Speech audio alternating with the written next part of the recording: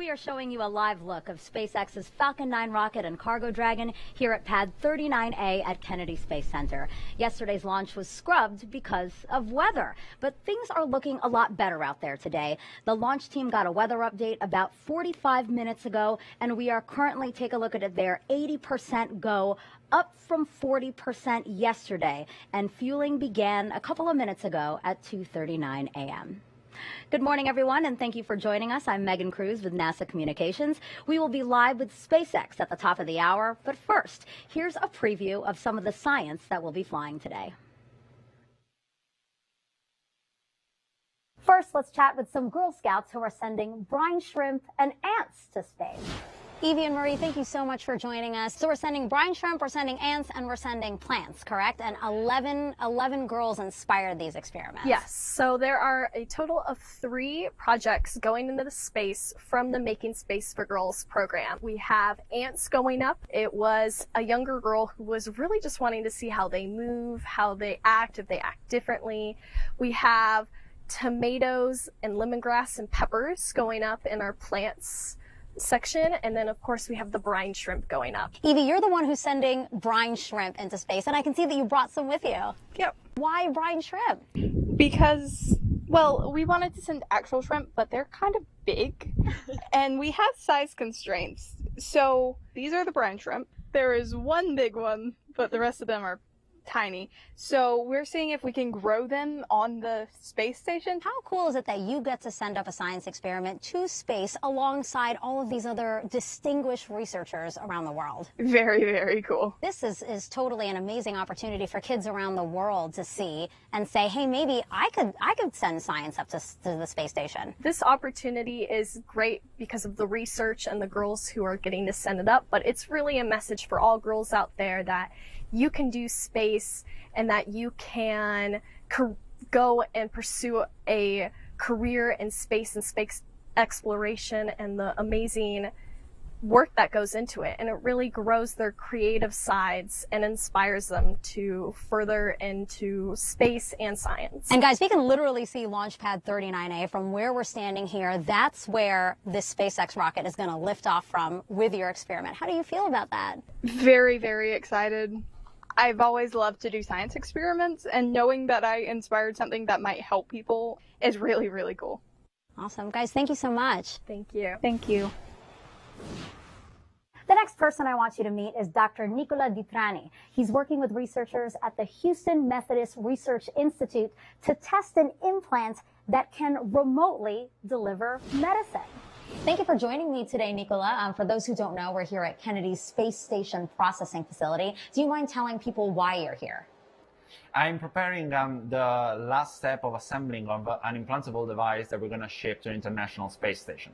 And this is an implantable device that have been developed for the last year with my principal investigator, Alessandro Gattoni, at the Houston Methodist Research Institute. It's a device for drug delivery, for sustained drug delivery that can be remotely controlled. We're going to send there 10 implants inside a Faraday box, which is box that has been developed by Proxops, and all of these devices are going to communicate with this computer, and through an internet connection that same signal is going to come back here on Earth, and from the Houston facility we're going to be able to log on and see the status of each one of these devices. How is it that that little device can do that, can remotely deliver medicine to somebody? The principle of working of this device is through a silicon nanofluidic membrane, which is this small piece that you see right here. It's just 6 by 6 millimeter, and it has hundreds of thousands of nanochannels. We use these silicon devices to finely tune how much drug diffuses through and it's delivered to the body.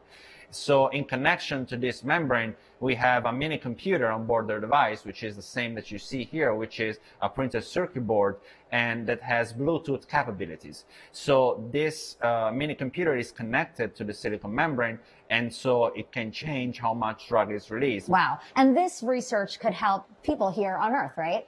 That is correct. The goal of these devices is to actually treat and manage long-term chronic pathologies, such as hypertension or rheumatoid arthritis. Wow. And I think the size is so noteworthy too, because right now the devices that do remotely deliver medicine are big, right? They're big devices. Yes, similar devices that deliver drug for these kind of pathologies usually are peristaltic pump that are pretty big in size. And the way we're able to shrink the device down to this size is because we don't use any mechanical components that are also prone to failure.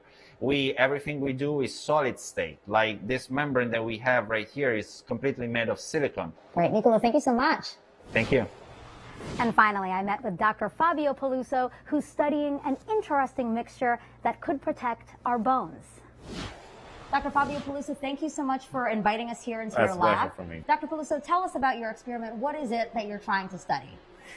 It's very simple. This experiment is aimed at understanding whether the presence of special metabolites extracted from grapes may help bone cells to survive better when exposed to microgravity. You know indeed that not only humans, but also crew are exposed to many diseases, and one of these is the osteoporosis. When crew are exposed to microgravity for a long time, their bone loses minerals. Yeah, the mixture that you're studying is metabolites from grapes used Yes, to make wine, indeed. and also collagen. Yes, and also collagen. There are two twin lines that our colleagues from the Department of Biology are now preparing. They are fixing the cells on these substrates. There are two twin lines, one only with collagen, which is the normal nutrient for cells, and the other, there is this special metabolite, the extract of grapes, resveratrol is the name, the chemical name, that on ground has been tested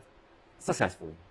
It helps bone cells to survive better. So they have the cells are going to go here, this is going to go up to the space station. Yeah, Again, indeed. explain why this experiment has to happen on the International Space Station. So this experiment must be run in the absence of gravity on the International Space Station, just to verify whether the presence of resveratrol may help the bone cells to survive for a long time. Okay, perfect. Well, Dr. Peluso, thank you so much, and I can't wait to see what you guys discover.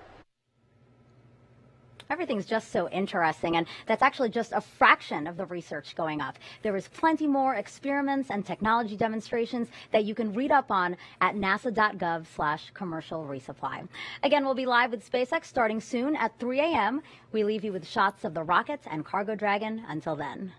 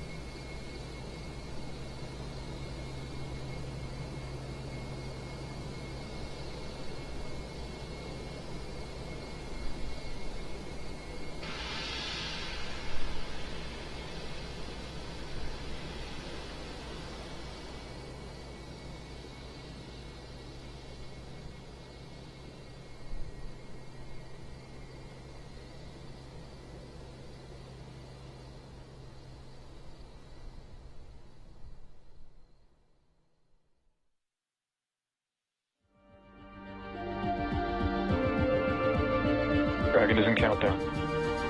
Falcon 9 is in startup.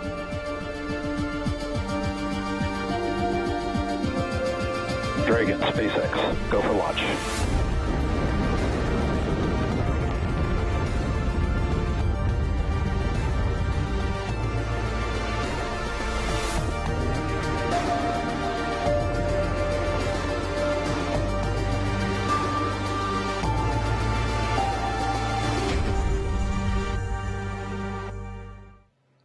And we are back, showing you another live look of SpaceX's Falcon 9 rocket and cargo Dragon here at Pad 39A at Kennedy Space Center. Yesterday's launch was scrubbed because of weather. We're going to try again in just about 14 minutes. Thank you for waking up with us again this Sunday morning. I don't know what day it is, guys. I'm Megan Cruz with NASA Communications, live from Kennedy Space Center in Florida. Today's launch at 3:14 a.m. Eastern Time is SpaceX's 23rd cargo resupply mission for NASA to the International Space Station.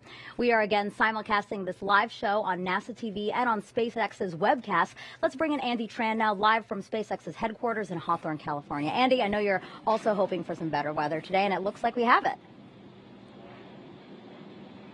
Yeah, we are definitely continuing to keep an eye on the weather. If it does cooperate, this will be the third Dragon flight to the space station this year, and also the third cargo resupply mission with our upgraded Dragon. Following a successful launch, this Dragon will be joining the Crew 2 vehicle Endeavour, currently on orbit and attached to the International Space Station. For now, let's take a closer look at the vehicles out on the pad. On screen right now is a view of Dragon, and that is a view of Falcon 9 underneath it. It is a reusable two-stage rocket designed and manufactured by SpaceX. The bottom two-thirds of the vehicle is the first stage. Its objective is to accelerate the vehicle through the Earth's atmosphere to space and then separate from the rest of the rocket. This is going to be the fourth flight for today's first stage, which actually previously supported both the Crew 1 and Crew 2 missions for NASA. We are going to be attempting to recover the first stage again with our brand new drone ship named A Shortfall of Gravitas. There it is on screen. Above the first stage is the second stage. It has a single Merlin vacuum or MVAC engine which ignites after the first stage separates. The second stage is what will carry Dragon to its intended orbit, allowing the spacecraft to eventually rendezvous with the International Space Station. And as we saw previously, Dragon is the spacecraft sitting on top of the rocket. To this day, Dragon remains the only spacecraft currently flying that's capable of transporting significant amounts of cargo to and from the Earth. So that's a little bit about our Dragon and Falcon 9 vehicles. Back to you, Megan. Thank you, Andy. And now I want to bring in Joshua Santora, also with NASA Communications. Joshua, can you walk us through yesterday's weather concerns and again, just how much better it's looking today? Yeah, Megan, as you said, it is looking so much better today. Appreciate that. And so yesterday we had a lot of concerns happening really close to launch. And as is the case with all weather concerns, it just takes time to get past them. And that's what we saw yesterday is we didn't have enough time. And so we were concerned about things that either actual natural lightning or generating lightning as we flew through the atmosphere. And so that really kind of forced us to wave off yesterday's attempt. Today, things are looking phenomenal. Take a look here. This is only a 20% chance that we would have a violation of our launch constraints, which means we are 80% go on weather. The only things we're watching are some clouds in the area and the potential for precipitation, but by and large, we're extremely optimistic, now targeting launch in about 11 minutes from now. That report coming from the Space Launch Delta 45 folks with the Space Force. Appreciate Launch Weather Officer Brian Cizik walking us through that. And then the range taking care of public health and safety as well, the land around the launch pad, the water over which we fly, the air we fly through, and the space we're headed to, doing the collision on launch avoidance assessments, and those all look clear. So we are on track for our liftoff on time at 3:14:49 a.m. Eastern Time. That timing is so precise because we have a single second in order to be able to rendezvous with the space station, currently traveling at 17,500 miles an hour, and we're set to rendezvous and dock tomorrow morning, Monday, at 11 a.m. Eastern Time, with our coverage beginning at about 9:30 a.m. Eastern Time. So, Megan, technically really quiet, weather looking really solid. Everything is go at this moment. That's it for now. Back to you. I'm loving your update, Joshua. Thanks for that. All right, T-minus 10 minutes to launch now. How about we take a look at some of the science flying to station today?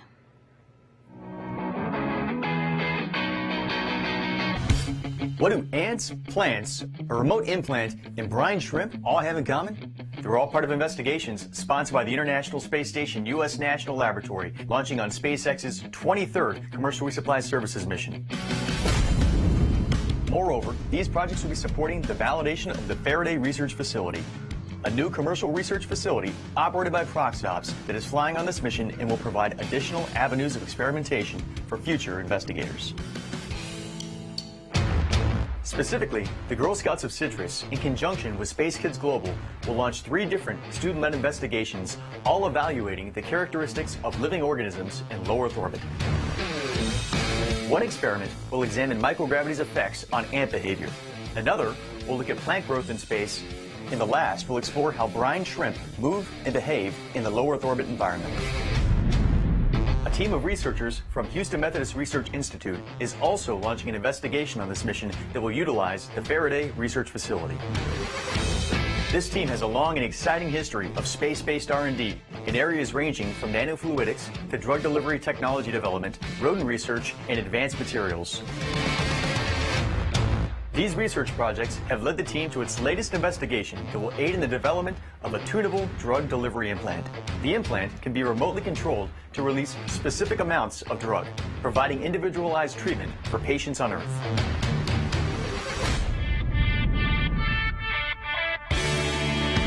These are only a few of the ISS National Lab sponsored projects launching on SpaceX CRS-23. Research sponsored by the National Lab aims to bring value to our nation and drive a robust market in low Earth orbit. To learn more about all investigations sponsored by the ISS National Lab flying on this mission, please visit our mission overview page at issnationallab.org. All very interesting and really a wide variety of science. Researchers use the unique opportunity to study things in microgravity to hopefully uncover ways to improve human spaceflight or how we do things here on Earth.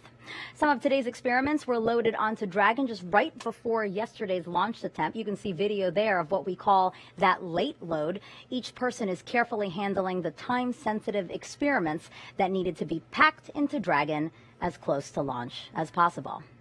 But what happens to the science once it arrives at the space station? Let's take a look at a special tour we shot just for you guys with the astronauts on board. Hello and welcome aboard the International Space Station. I'm NASA astronaut Megan MacArthur along with my crewmate Shane Kimbrough. We are getting ready for the SpaceX 23 cargo mission coming up soon, and we're very excited. It's going to be keeping us pretty busy. Hey Megan, let's go show them around the space station a little bit and we'll show you where some of these experiments are going to be done. Welcome to the European module called Columbus. This is where a lot of the SpaceX 23 experiments are going to hang out. One of those is called Apex 8, which is going to study the response to stressors at the genetic level of plants. Now they're going to be really small plants in petri dishes that we're going to eventually put into this facility here that's called Veggie. It's a veggie plant growth facility. On my last flight, I got to grow lettuce in here, and we got to actually harvest that and eat it, so that's pretty cool. One of the things we're trying to do is to learn how to engineer plants to grow better in microgravity, and what we learn from that will be able to help us in the future in space travel, but also help people on Earth grow things better. This isn't the only facility we have on the International Space Station to grow things. We have an advanced plant habitat, and currently we're growing chili peppers in there, which we hope to harvest towards the end of our mission. So now we're in the U.S. laboratory, which is called Destiny, and this is one of our main areas for conducting science on the International Space Station. One of the things that makes the International Space Station such a versatile research lab are the express racks. There's a couple of them right here over my head, and the cool thing about these is that it allows different researchers from around the world to send up their own payload, and the express rack provides the power and data, cooling, whatever that particular payload needs.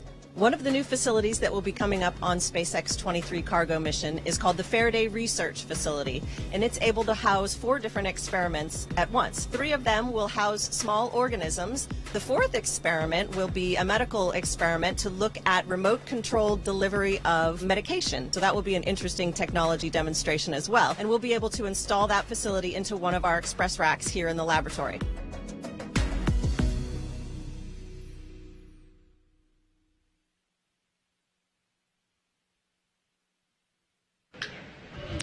And that was NASA astronauts Megan MacArthur and Shane Kimbrough aboard the International Space Station. And welcome to the International Space Station Flight Control Room. I am Shaniqua Vereen, live at the Johnson Space Center here in Houston, Texas. The team of flight controllers at Mission Control Houston today is being led by Flight Director Rebecca Wingfield. Teams here at Mission Control will really jump into action tonight into early Monday morning as Cargo Dragon approaches the International Space Station. There are currently 7 crew members living and working aboard the station. Expedition 65 consists of NASA astronauts Shane Kimbrough, Megan MacArthur, and Mark Vandehei, Roscosmos cosmonauts Pyotr Dubrov and Oleg Novitsky, Aki Hoshide of JAXA, and Thomas Pesquet of the European Space Agency.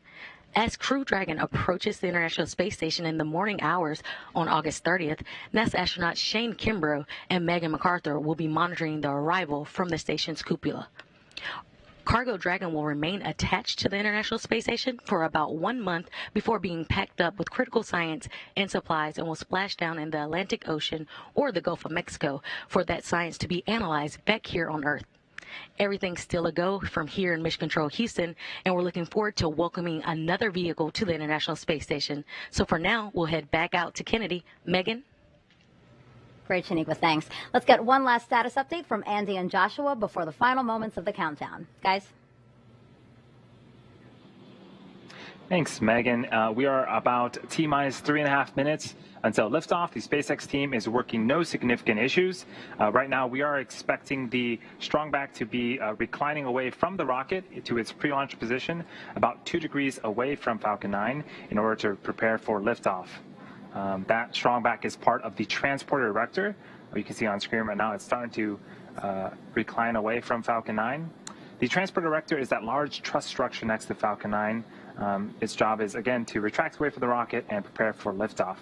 At this point, RP-1 fuel is completely loaded on the second stage and nearly completely loaded on the first stage. Liquid oxygen loading is currently underway on both stages and will complete around the T-minus 2-minute mark. In these last few minutes, Falcon 9 is performing final health checks on its primary communications, avionics, and propulsion systems in preparation for flight. Dragon is undergoing vehicle health checks, and we did hear the call out at T-minus 5 minutes for internal power. Switch to internal power, meaning it's living on its own, apart from ground support systems, which is great. We're also expecting right now the checkouts of the second stage thrust vector control actuators are underway. This is what we affectionately refer to as the engine wiggle test. Not very technical, but definitely kind of describes what we're talking about. We're moving the nozzles of those engines on the engine on the second stage to ensure we have control for the uphill climbing and navigating that vehicle. That's just part of making sure the guidance hardware is go for flight. SpaceX will do the exact same thing for all of the first stage engines just a few seconds before ignition. All of this in preparation for our rendezvous with Space Station tomorrow morning. And Space Station right now we're on approach for. We're catching up to. Launch load complete. Is just over the south edge of Australia as we speak. Dragon is in auto idle. And we just heard the call out that LOX load has been completed. That will wrap up propellant loading for the vehicle. You can start to see some white clouds forming around Falcon 9 and Dragon. That is normal and expected for us at this stage in the countdown. That is super chill liquid oxygen starting to condense as it reaches the warmer ambient air temperatures of Florida.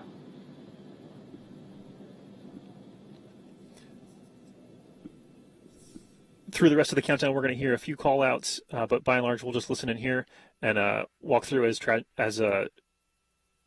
finalizes its preparations and the team verifies we're go for launch.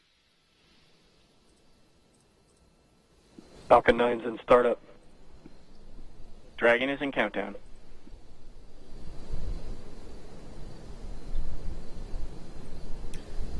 Both stages are now pressurizing for launch. Range and weather should both be good to Falcon go. 9, CRS-23, go for launch. That was the voice of the launch director verifying we are go. T-minus 30 seconds.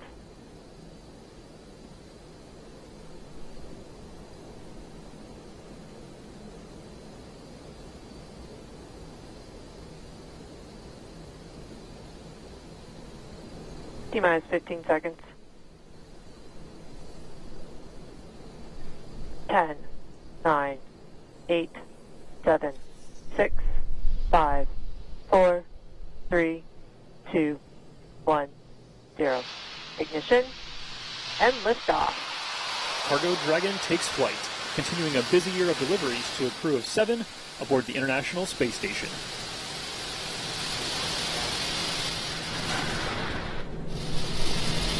Stage 1 chamber pressure is nominal.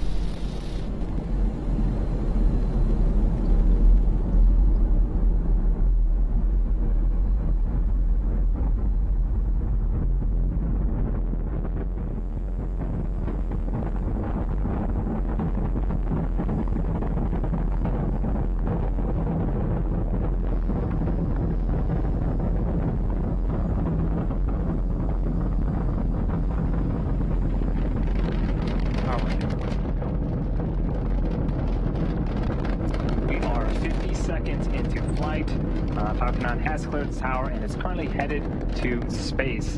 In about 15 seconds here, we're coming up on max Q. This is where the vehicle will experience the highest amount of aerodynamic pressures.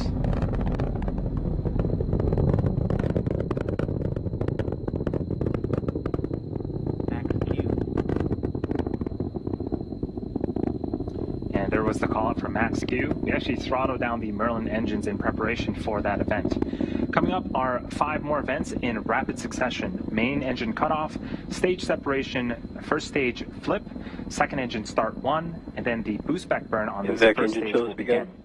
Main engine cutoff, also known as MECO, is where all 9 M1D engines on the Falcon 9 first stage will shut down. This is followed by stage separation, or the separation of the first and second stages.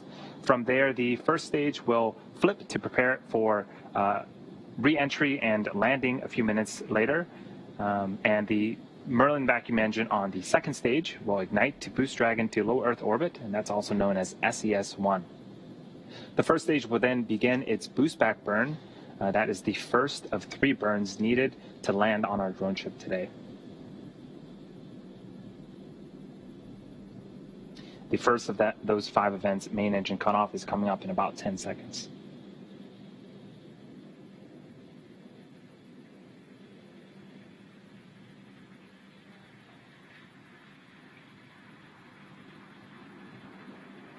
Main engine cutoff.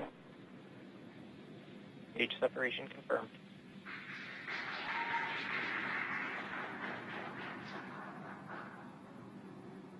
Impact ignition.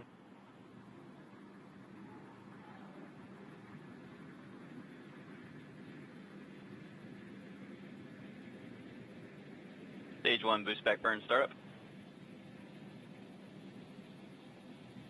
Okay, those were those 5 events. A lot happening on screen. Main engine cutoff, stage separation. The first stage performed a flip.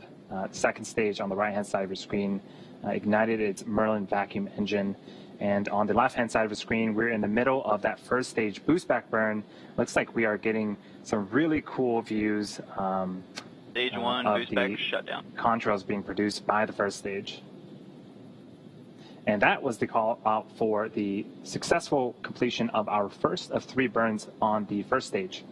So if you're just joining us, you're watching a live webcast of the 23rd commercial resupply mission to the International Space Station for NASA. This is SpaceX's 21st mission this year, and this is the cargo configuration of our Dragon spacecraft. Acquisition of signal at Bermuda.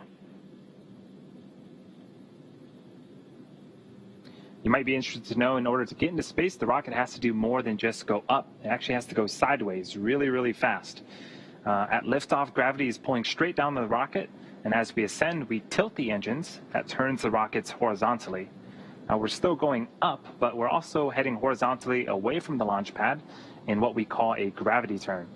The rocket typically needs to go about 7.5 kilometers per second, or 17,500 miles per hour horizontally, in order to avoid being pulled back down to Earth and get into orbit.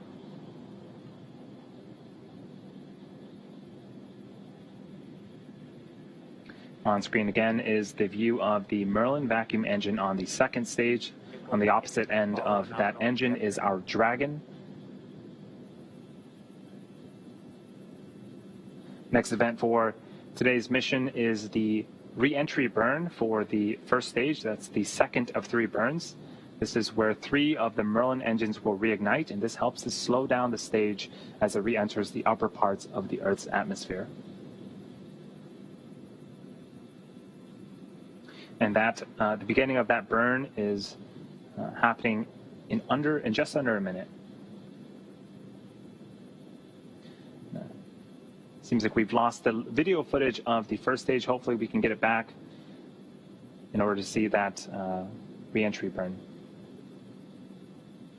But on the bottom left-hand side of the screen is a speedometer of sorts tracking the velocity of the first stage. As we begin that second burn, watch for that speed to slow down, and definitely once we hit the denser parts of the atmosphere, we'll start to see the speed slow down quite significantly.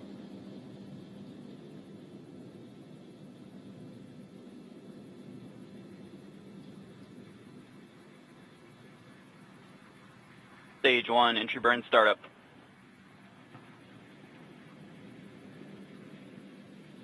And there is the beginning of the entry burn. 3 Merlin engines have relit and are currently slowing down the first stage. Stage 1, entry burn shutdown.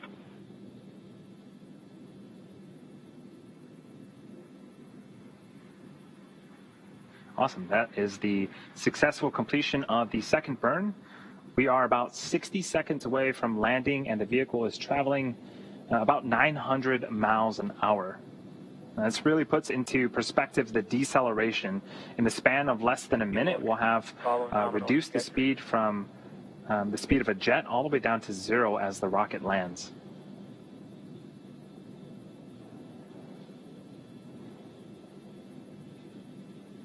And again, this is our brand new drone ship, a shortfall of Gravitas. This is going to be the first time that we are making a landing attempt on it, and it's currently perched out in the Atlantic Ocean waiting for that first stage booster to return to it.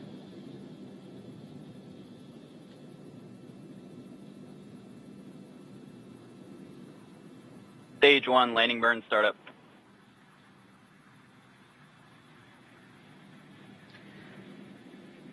A single engine, the center engine number 9, has relit in preparation for landing.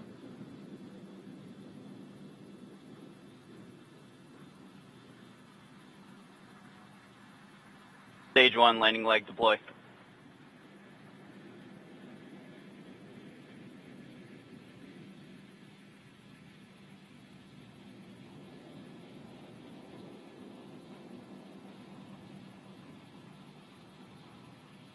Stage 1, landing confirmed. And that is the 90th successful landing for an orbital class rocket, and the very first for our new drone ship, a shortfall of Gravitas. That is a beautiful thing to see and a great way to start off today's mission. Next event coming up is for the second stage. The Merlin vacuum engine will shut off its engine in an event called Second Engine Cutoff, also known as SECO. And shortly after SECO, we'll be entering a coast phase and waiting for that confirmation of a good orbit.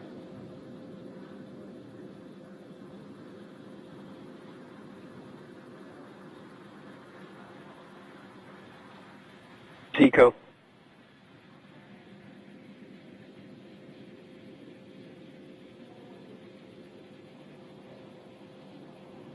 Nominal orbit insertion. And we did get confirmation of both SECO, second engine cutoff, and a nominal orbital insertion. Now, the second stage has one last major task, and that is commanding separation of Dragon a couple of minutes from now. Again, this is the second flight for this particular Dragon and the first reuse of our upgraded cargo vehicle. We should have video of Dragon separation from the top of the second stage. It'll give us a nice view into Dragon's unpressurized cargo trunk.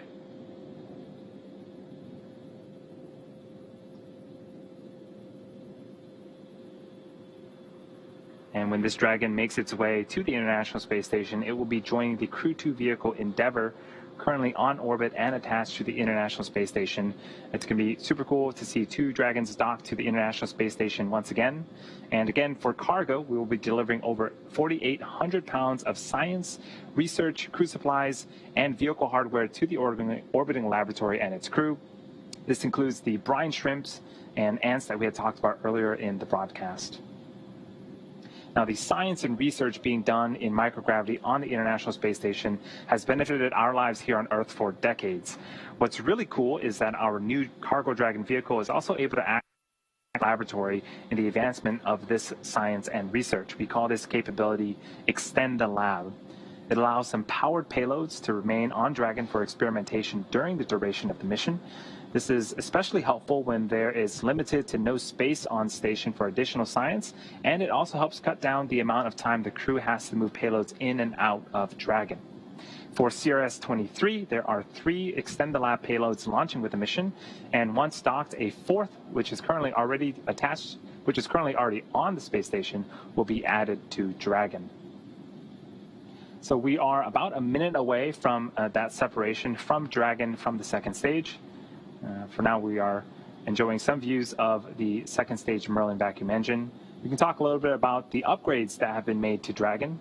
The first is solar arrays. Typically after separation, we wait for solar arrays to unfurl from Dragon.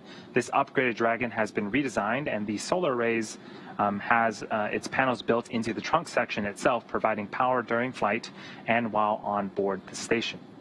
Another upgrade is how we dock. Before, we needed Dragon to be berth, which is where a robotic arm from the International Space Station reaches out and grabs Dragon and will attach it to the International Space Station.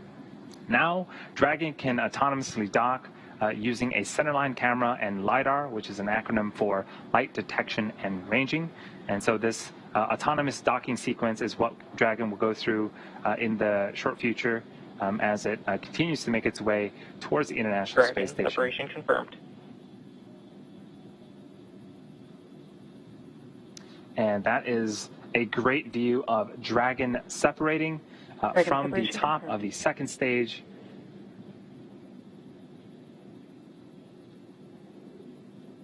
Now the service section Dracos will undergo some checkouts. Coming up is the beginning of the nose cone opening sequence. I'm going to hand it over to Shaniqua in Houston to talk a little bit more about that.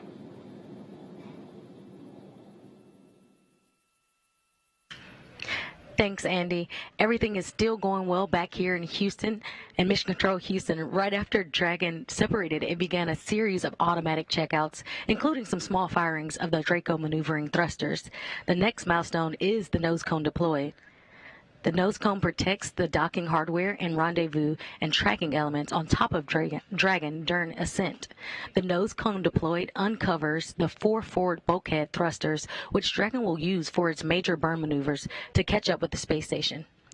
Once open, the nose cone will stay in that position until the very end of its mission, closing prior to re-entry to provide some additional protection to that same hardware during re-entry.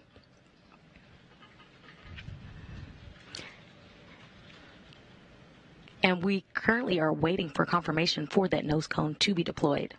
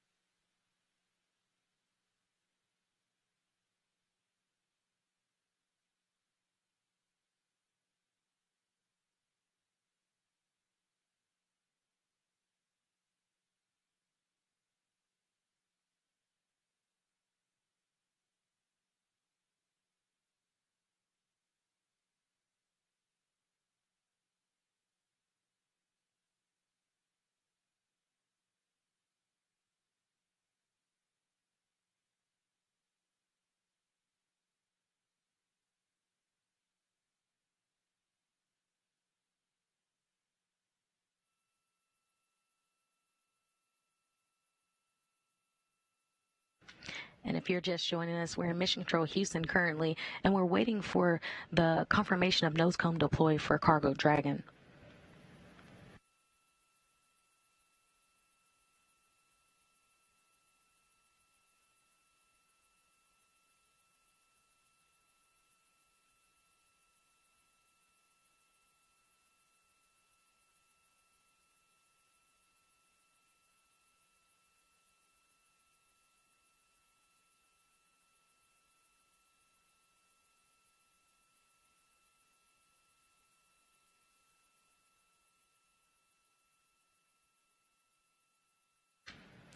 And as we still wait, we do have a special guest.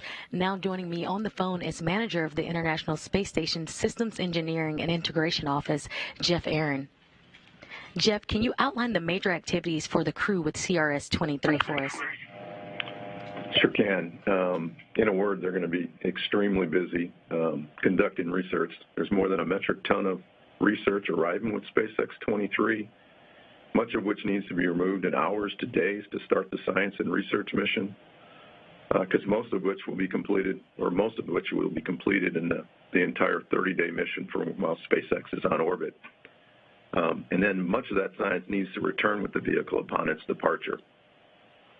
So in addition to the research mission, the crew will be conducting 3 EVAs over a 10-day period of time, 2 EVAs on the Russian segment where 2 new power cables will be installed to enable additional power transfer to the new module, the module that just arrived actually a month ago today, the multi-purpose laboratory module, and 1 EVA on the U.S. segment to install the 3rd IROSA mod kit, which will enable a future solar array upgrade on the U.S. segment. Thanks, Jeff. And I know you mentioned a lot about the science and the hardware that's going up, but how critical are these deliveries for the station and for the astronauts aboard? Yeah, these commercial resupply missions are very, very important to continue advancing science aboard the space station. Over 3,000 experiments have been conducted during the station's lifetime, which we're now approaching, coming up on 21 years of continuous human presence. On this flight, SpaceX is packed with more than 2 metric tons of supplies, research, technology demonstrations, and hardware. The crew will stay busy unpacking and conducting these research activities, with the first several days being extremely critical for several experiments: the Faraday Research Facility, ESA Biofilms, and Tango Lab. And you mentioned, Jeff, as always, it's a busy time aboard the International Space Station with cargo vehicles and crews coming and going. You mentioned the 2 Russian spacewalks that are quickly approaching us. How complex will the next few months be for the station program and the global partnerships? Yeah, it's always a complex time on ISS. And SpaceX 23, as I think you pointed out earlier, it arrives tomorrow. So 30-some hours, when I'm trying to do real-time math here, 28 to 30 hours later, but 10 a.m. Central is when SpaceX will arrive. Following docking to the Node 2 forward port, and oh, by the way, this is the first cargo vehicle that will be docking to the forward port. The hatch will be opened about 2 hours later, and then the crew still has several hours of unpacking to do to begin the research program. And although the first EVA isn't until Friday of this week, the crew has already begun preparing for each of these upcoming spacewalks, which include suit preparations, tool gathering and packing, procedure reviews, and personally a lot of self-study for the astronauts.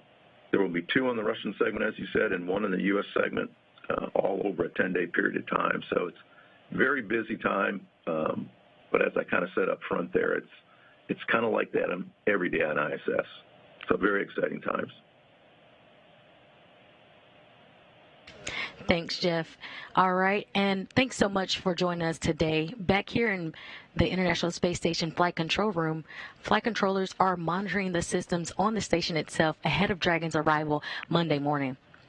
Once Dragon crosses that approach ellipsoid, which is the mythical sphere around the station, flight controllers here in Mission Control Houston will begin joint operations with the SpaceX teams in Hawthorne, California.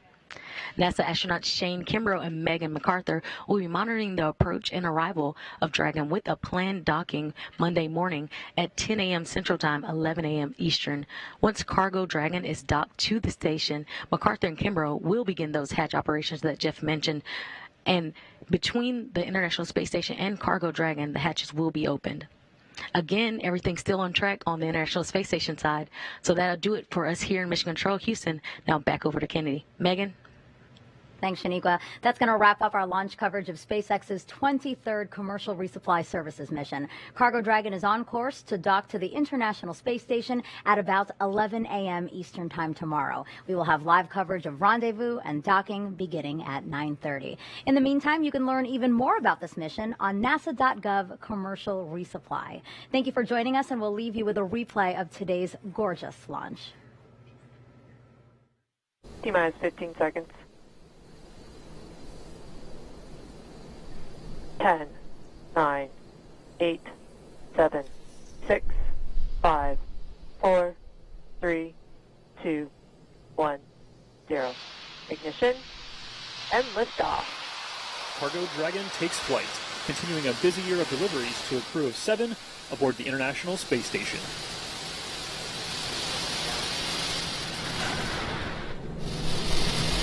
Stage 1 chamber pressure is nominal.